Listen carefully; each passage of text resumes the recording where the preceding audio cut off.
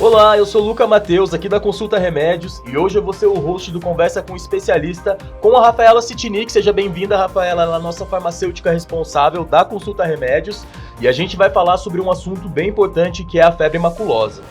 Eu trouxe alguns dados aqui para a gente começar a falar um pouquinho sobre esse assunto, e principalmente porque a febre maculosa ela está incluída na lista de notificação compulsória do Brasil, ou seja, qualquer caso suspeito que seja referente à febre maculosa tem que ser notificada às autoridades de saúde pública. Isso acontece desde 2001 e até hoje se mantém, nesse protocolo. Em 2022 foram divulgados dados sobre a doença pelo Ministério da Saúde e de 2007 a 2021 foram notificados 36.497, que é um número bem alto, de febre maculosa no Brasil. Mas 2.245 casos dessas notificações foram confirmados de fato. Isso representa 7% desse total aí de notificações que foram enviadas à saúde pública.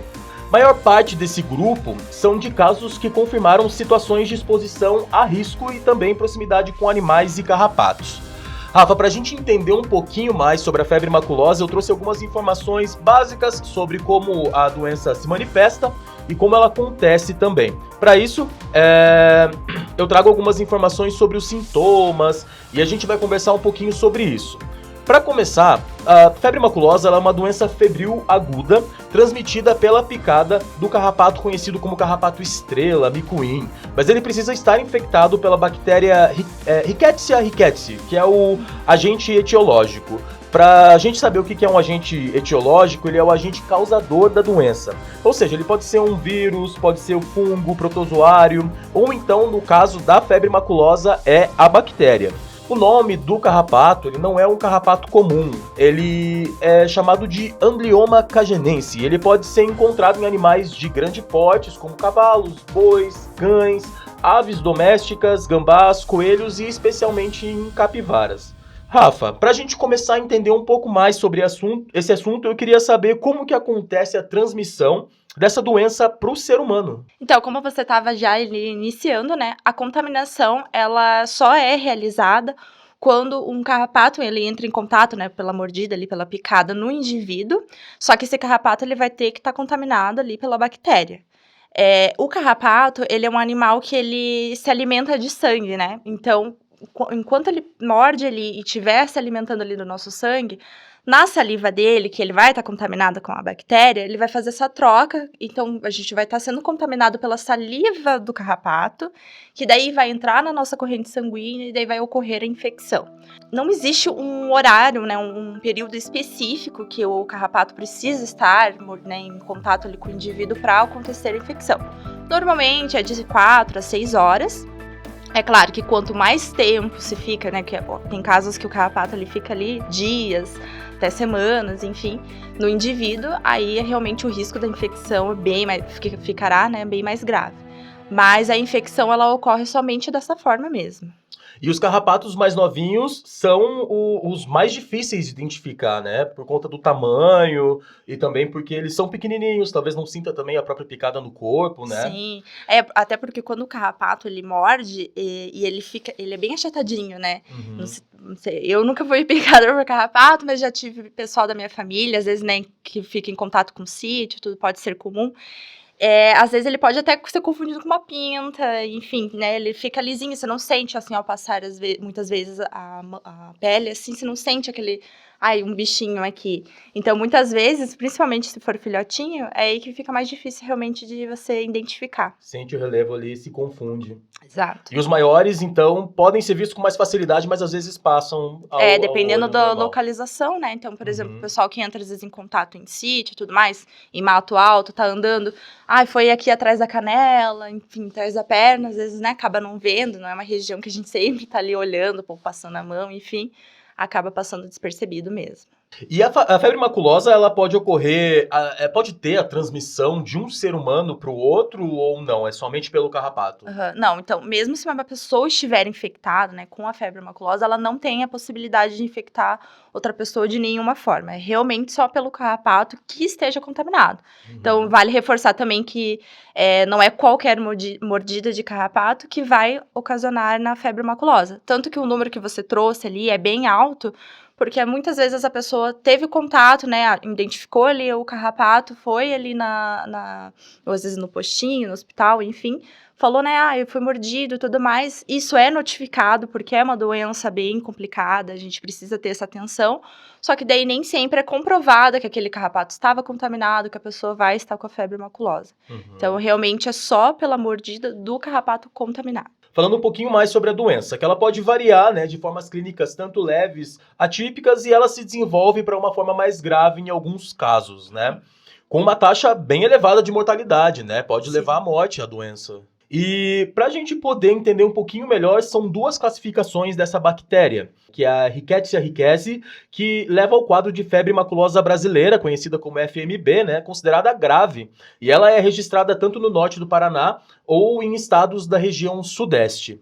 Já temos a outro tipo da classificação da bactéria, que é o Rickettsia parkeri, que tem sido registrado em ambientes de Mata Atlântica e produzem casos menos graves. O diagnóstico é um pouco mais difícil da doença, né? Os primeiros dias nos primeiros dias, principalmente, porque eles são sintomas muito parecidos com leptospirose, dengue, hepatite viral, malária, até sarampo e pneumonia também. Mas é importante a gente entender como que eles começam. Você sabe, consegue me dizer quais são os sintomas iniciais da doença que podem se manifestar nos primeiros dias ali após o contato com o carrapato? Sim. Então, os primeiros sintomas, eles são bem confundidos com qualquer tipo de infecção, porque aí o indivíduo ele pode ter uma febre alta, né? Não, comumente uma febre ali acima de 37,5, então, né, para um indivíduo adulto realmente é alta. Ele pode ter dor de cabeça, dores, né, musculares no corpo, aquela dorzinha de gripe que a gente fica, sente um cansaço, sente uma fadiga. Então, por isso que é bem fácil de se confundir até com outras doenças aí. Então, no início, realmente são esses principais sintomas que podem surgir.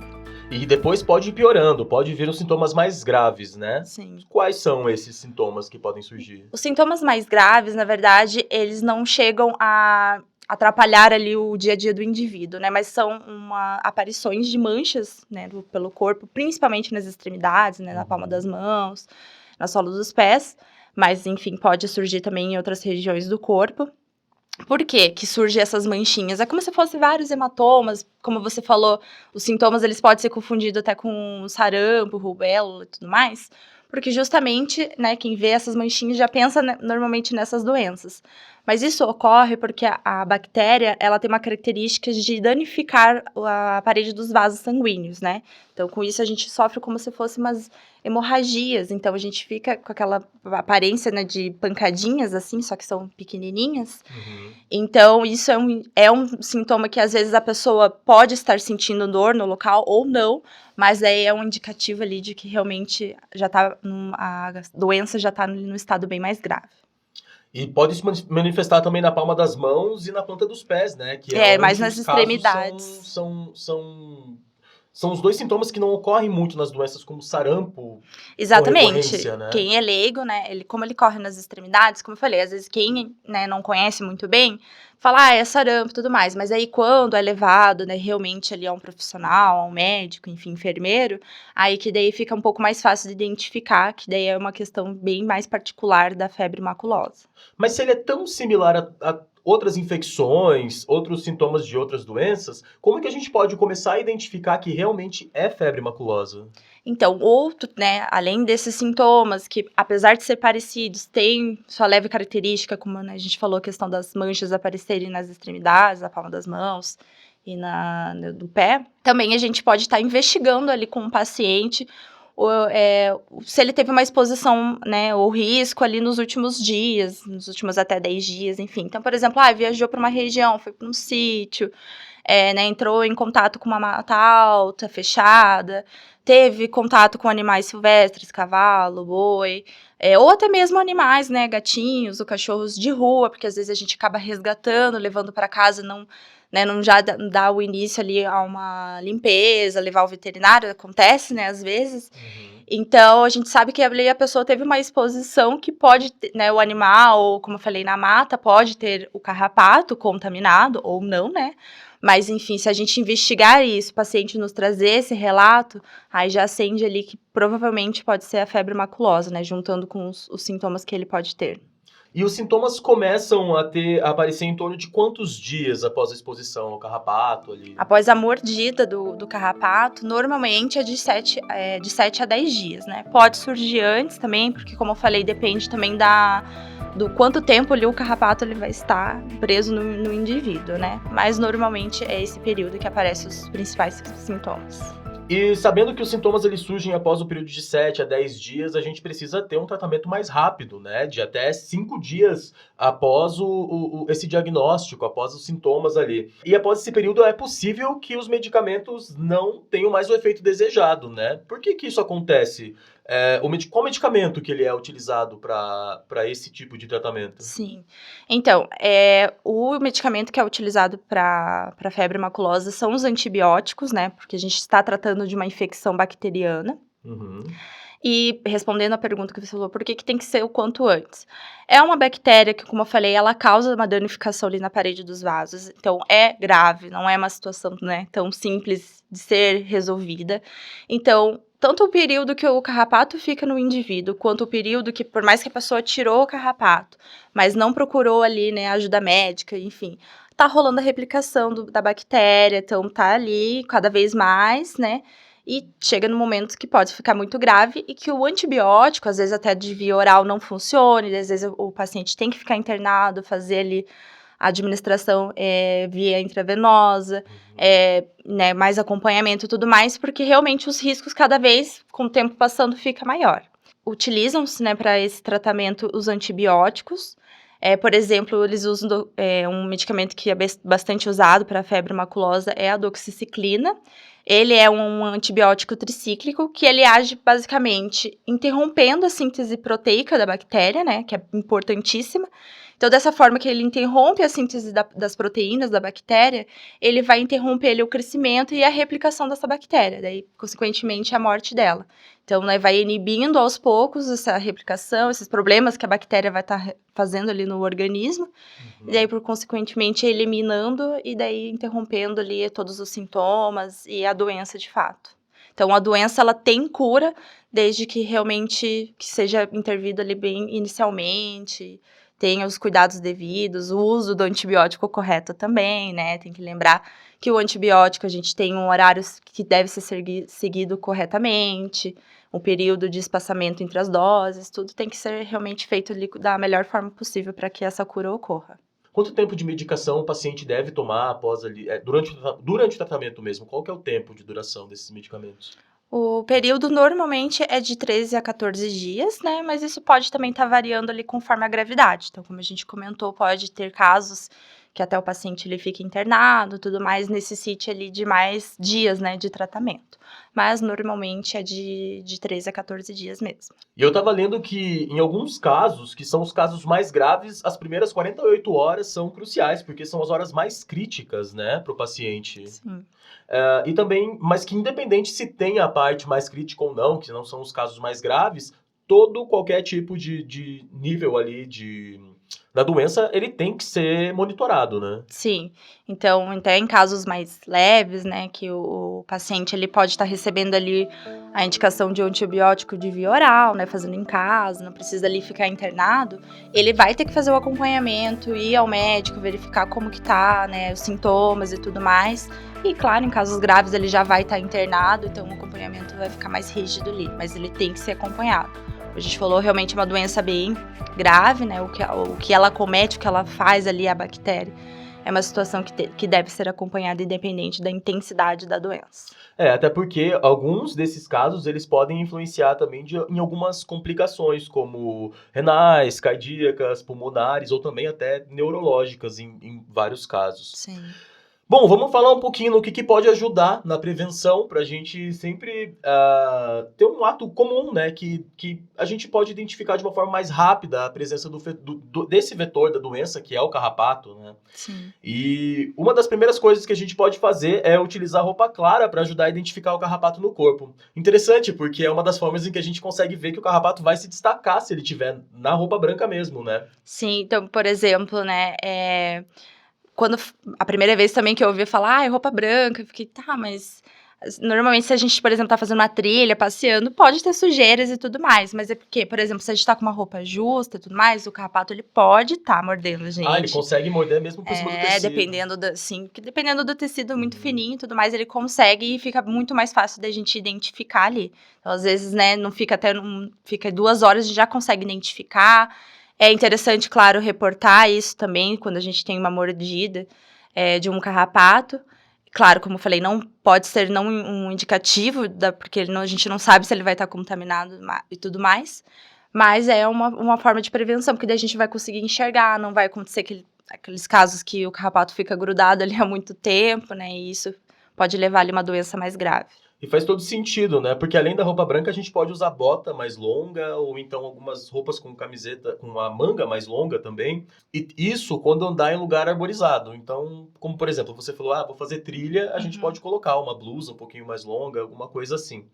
Mas também é importante usar quando a gente anda em gramados, né? Geralmente grama alta ou então algum tipo de mato, assim, que a gente Sim, tenha pode ser contato. até numa grama baixa, às vezes, eu Uhum. vou lidar ali com o meu jardim, eu tenho um campo, às vezes, né, tem um terreno ali que é muito perto, que é alto, mas a minha grama é baixa, mas ali pode ter, né, o animalzinho, às vezes a gente tem, né, um animal doméstico e tudo mais. Então, às vezes, eu vou lidar ali com o meu jardim, é interessante a gente estar usando luva, né, ou botas, dependendo da mata, tem gente até que coloca fita, né, na bota para não correr o risco de entrar entre a bota, o carrapato. Acaba selando ali. Selando, exatamente, usando luva. Uhum. Não só nesses casos de mata ou trilha, enfim, mas também com a questão com os animais. Então, por exemplo, fui numa chácara, nem cheguei a entrar lá no mato e tudo mais, mas, né, brinquei ali com o cavalo, entrei em contato ali com os animais. Então, é interessante a gente tomar esse cuidado.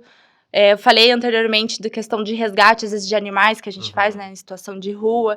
É interessante também a gente, até pro cuidado do próprio animal, a gente já tá levando ali pro veterinário, fazendo também a higienização dele, e também para cuidar da gente, né, não ter esse risco, porque às vezes ele pode estar com um carrapato ali contaminado e acabar daí, né, a gente sendo picado também por esse carrapato. E até mesmo os medicamentos antiparasitários, né? Como, por exemplo, fazer o acompanhamento mesmo com vermífugos, dar os medicamentos que são de rotina para animaizinhos domésticos, como, por exemplo, o Sim. gato, o cachorro, todos esses sentidos. Sim, o acompanhamento do animal, né, como eu falei, tem esse exemplo do resgate, mas a gente já tem em casa, a gente já tem os nossos cuidados, mas mesmo assim, se pensar, tá aqui dentro do meu quintal, tudo mais, não, a gente tem que ter esses cuidados, porque às vezes no passear no parque, entrar em contato ali, às vezes com outro animalzinho, ele pode estar se contaminando e, consequentemente, contaminar a gente. Então, é de extrema importância também ter o acompanhamento veterinário.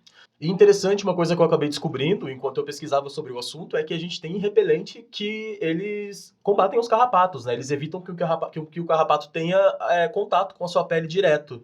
Eu achei muito interessante, porque geralmente a gente usa repelente só para ou pernilongo, ou então mosquito, e a gente acaba esquecendo que tem esses aracnídeos que podem acabar grudando na própria pele da gente. Exatamente. O uso além das roupas, de tudo mais que a gente falou, pode-se também usar o repelente, que daí também é uma boa alternativa. Além de pernilongo, mosquitos, que também pode trazer outras doenças, né? E do carrapato, que pode trazer a febre maculosa, mas ele também pode estar contaminando também com outros tipos de micro-organismos, né? Então já tentar fazer todo tipo de prevenção que a gente evita aí bastante coisa.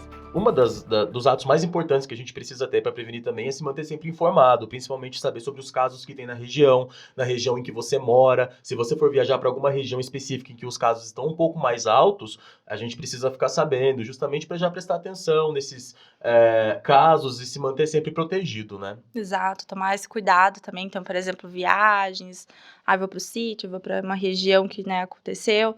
O carrapato, ele tem uma característica de gostar de lugares secos e frios, né? Por isso que acontece aqui no Sudeste, também aqui no Sul. Então, é bom também estar ligado nisso, porque, como a gente falou, não é, eu vou para essa região, vou estar de fato contaminado. Não é bem assim, mas a gente sim tem que tomar esses cuidados, que daí a gente evita, né, casos mais graves e tudo mais. Legal. Bom, e o que a gente precisa fazer quando a gente encontra qualquer tipo de carrapato no corpo? Uhum. Então, a primeira coisa que a gente pode fazer é retirá-lo. Só que daí entra uma questão de como retirar esse animal, né? Segundo o Ministério da Saúde, um artigo publicado em 2022, né, no ano passado, o ideal é retirar o carrapato com uma pinça. Pode ser uma pinça de casa mesmo, né, a pinça que a gente tira a sobrancelha, de uma forma que a gente não esprema ele. Então, a gente consegue encaixar, né, e puxar ele, né, que é o dentinho dele, ele parece uma pinça, assim, de forma que a gente consiga retirar, assim, bem de cima, e assim espremer ele ali para não contaminar a área, né, ficar ali mais prejudicial ali. Então, a melhor forma é fazer isso. Tenho medo, não, né, não consigo fazer sozinho, você pode daí estar procurando uma orientação médica e tudo mais. Bom, e além de ter esse risco de o carrapato acabar contaminando algumas lesões no corpo, se você estourar ele na unha, alguma coisa assim, também a gente precisa prestar atenção no tempo que ele fica no nosso corpo, né? Que ele fica preso ao corpo. Quanto menor o tempo que ele ficar, menor é o risco da infecção. Exato. Então, assim que você vê que, né, você entrou em contato com um carrapato, ou às vezes até uma criança ali, né, que você é responsável, entrou em contato, o ideal é já retirar. A gente não pode estar deixando prolongando ali, porque, como eu falei, a contaminação, ela pode ocorrer ali de 4 a 6 horas. Então, o ideal é já retirar para evitar, né, que a doença realmente aconteça. Rafaela, muito obrigado pela sua presença, obrigado pelas informações que você trouxe aqui pra gente. Obrigada, eu que agradeço. Muito legal vir aqui, a gente conversar sobre isso, ainda mais um assunto que está em alta. E nós esperamos você no próximo episódio aí de Conversa com o Especialista. Pode Inclusive, deixar. teremos mais, hein? E caso você queira conferir o artigo completo sobre febre maculosa, nós indicamos o portal Minuto Saudável e também, caso você queira saber um pouco mais sobre demais assuntos de saúde, bem-estar ou então até mesmo beleza, você pode acessar a plataforma Consulta Remédios e fique atento, nos acompanhe aqui no Spotify para mais uma conversa com o especialista. Toca o play e seja tudo pela saúde.